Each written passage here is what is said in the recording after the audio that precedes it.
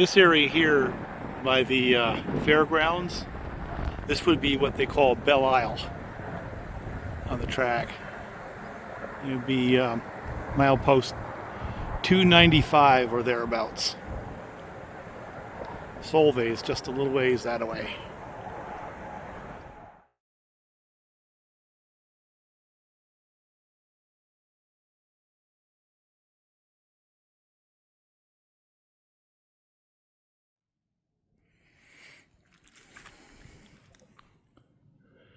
Yeah, we're running out of daylight. I don't have much time. But I have kind of a challenge here. Two-way challenge at a minimum. That's a saw I just finished putting together, kinda. Not debugged. Neither one of these are. And that's my 630 John Thread kludge build. And this just came in the mail. It has never ever been started by me. So really, it's the first time either one of these saws gets a chance to show me personally what they can do. And my wedge driver. So why is it a three-way challenge? Well, between these two saws, which one's going to be useful? And which one do I have to put a lot of time into debugging? It doesn't really matter because I'm kind of, in my mind, budgeted time-wise to debug something, so it might as well be one of these. I was expecting to have to put time into that saw a little more. And this one here, based on my experience from the past, things like leaky gas caps and soft rubber parts like pulse lines and fuel lines, finicky carbs, are kind of what I expect. So anything better than that, like if it starts and runs, is a huge victory. And that, well, that's my new wedge driver, or at least the one I just finished putting together. I'm kind of evaluating the idea of a little heavier head. That's a 4.5 pound head, and straight handle, a little bit more length. And I want to know if I can split with that darn thing. It sure feels heavy enough. So it'd be fun if I could use that both for a wedge driver and to split some firewood. And the real challenge is to see if I can get all this on video before sunset. Yeah, if you look close, you'll see the real work saw is buried up front for now. And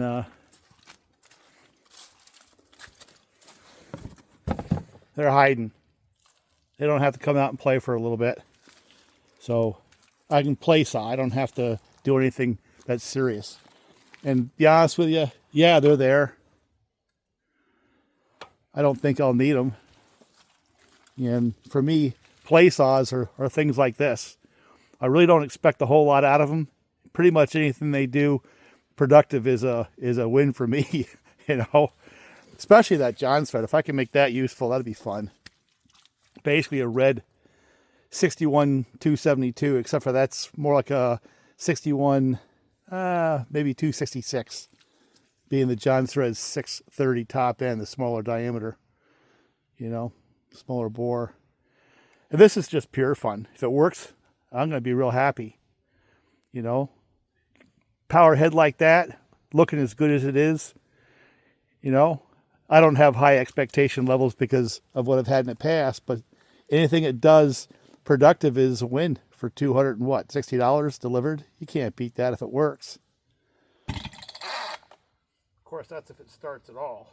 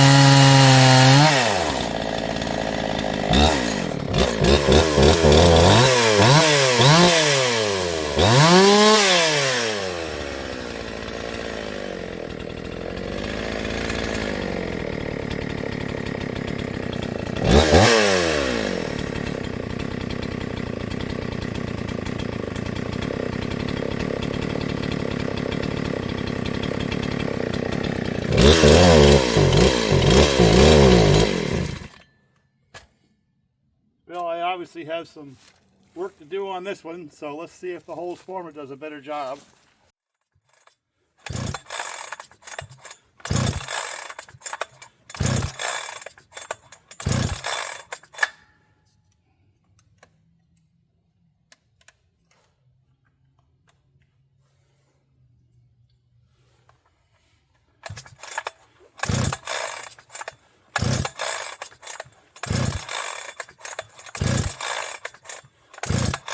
Nope. Well, see if this ignition switch is backwards.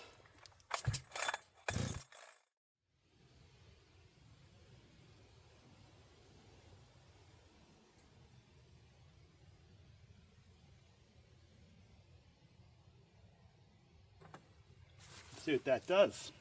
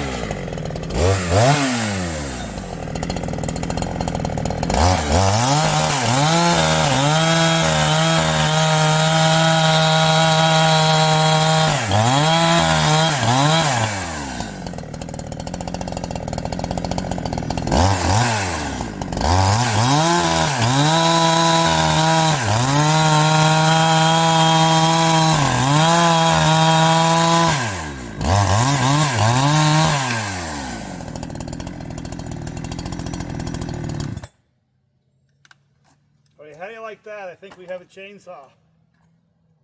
And let me go see if I can split this.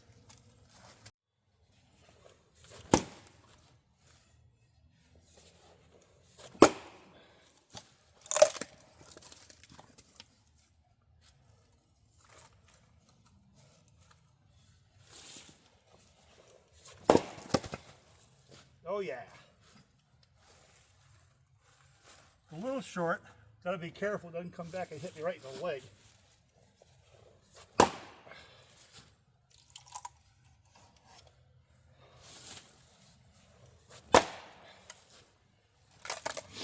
Just do a little more with it. And go to some dead ash I can use for firewood.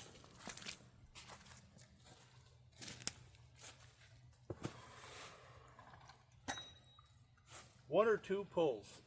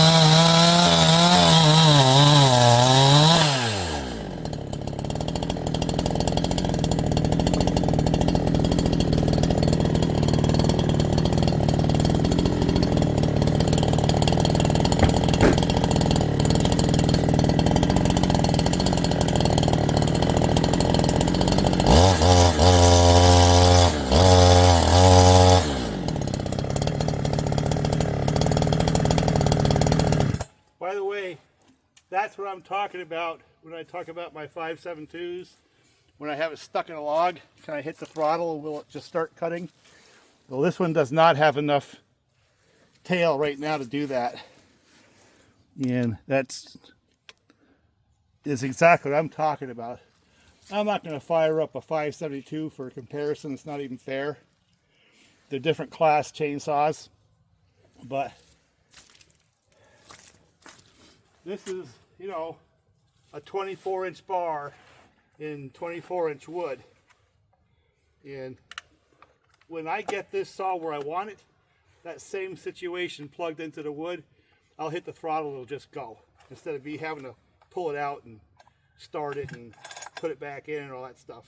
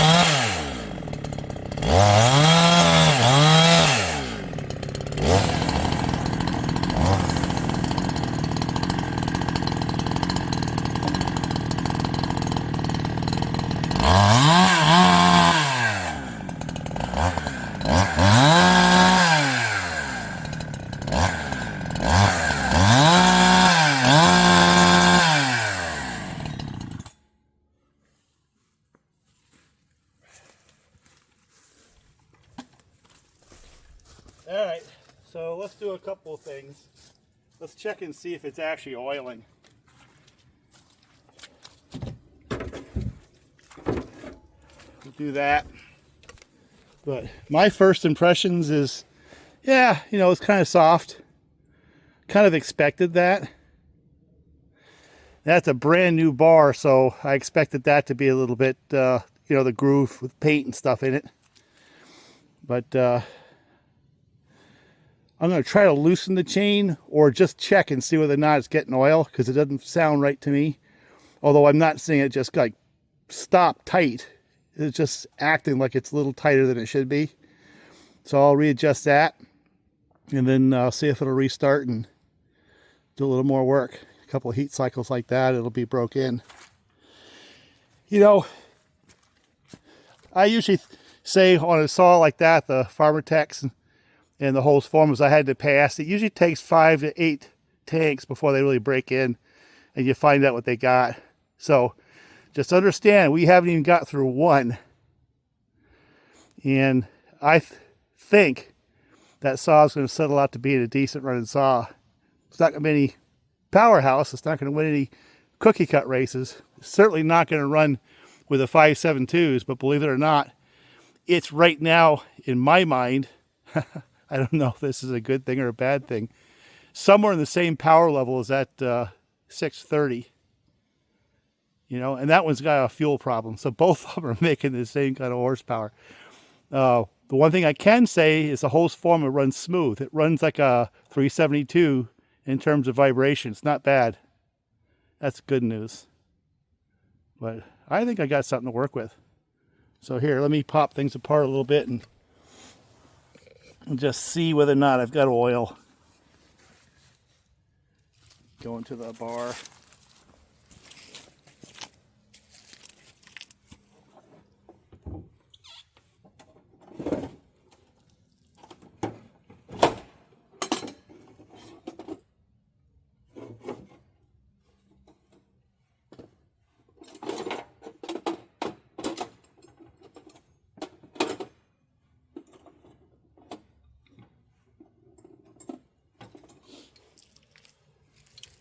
Of course, right after that, the next question is, does it match up well with that Oregon bar? Sometimes I've seen oil holes and things like that just not match well. And it's not the saw's fault, it's just a mismatch. Now you would think they would be a good match, but Holzfforma is Holzfforma, is not a Husqvarna. They also have their own line of bars and chains and the like.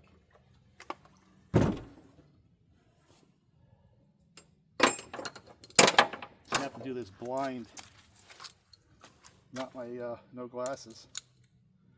And the second thing is, when you're talking about play saws, the metric here isn't the same as with work saws. Now, a play saw can evolve into a work saw. And then in my world, this is just mine, not yours, that boils down into firewood. That's one classification of work. And then felling and logging, which is something completely different with a completely different set of requirements. You know? Now, one thing this does have is the same crunchy bar adjuster they all did. Oh, I'm getting oil. Here, let me pull the whole thing off and fire it up and see if it's coming out the hole.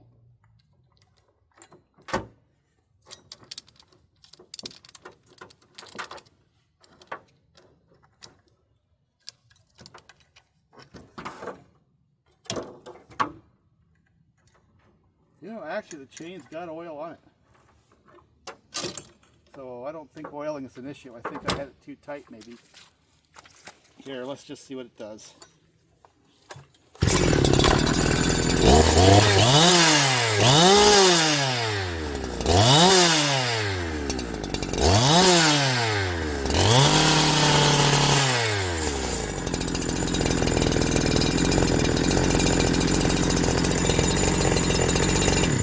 All right, I think I found the problem.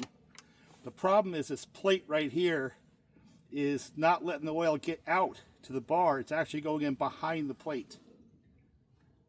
Huh. Now what am I going to do about that? You can see it running out here. Well,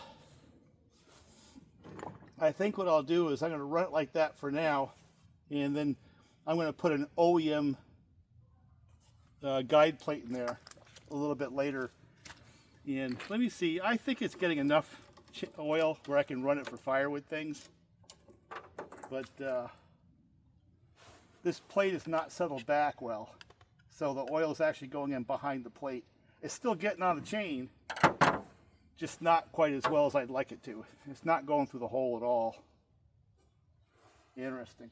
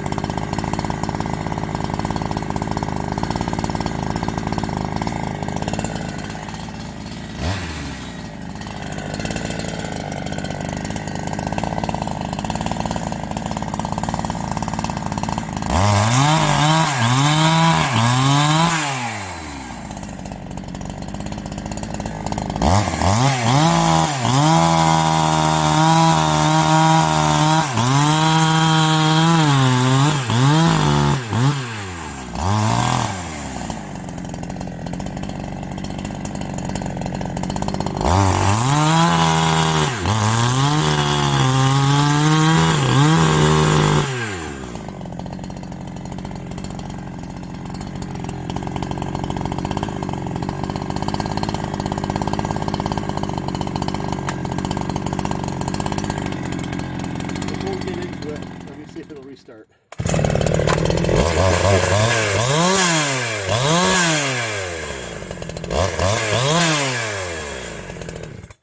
Yeah, we got a little tuning to do.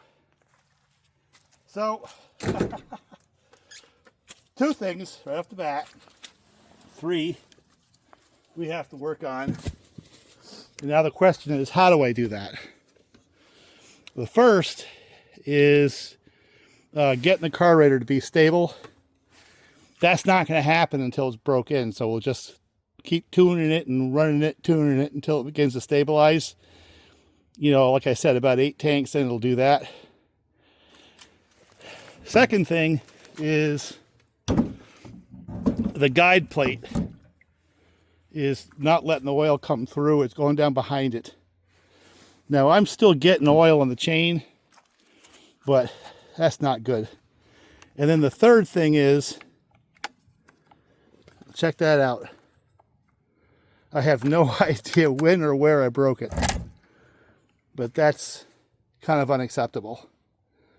That broke pretty much immediately. So what's the solution? I'm going to put an OEM guide plate and an OEM chain brake on it, and we're going to continue to tune the carburetor. So now it's $260 plus probably a couple of bucks for a plate, probably $25 for one of those. Now we're getting to the $300 range, and we'll kind of keep track of it and see how much money we really have into the saw before it's a work saw. Of course, you got to add about $60 for a bar to chain. So now we're getting into the $350, pushing $400 with that saw. You know, that's how you got to look at it. Well, the moon's coming out. The sun's going in.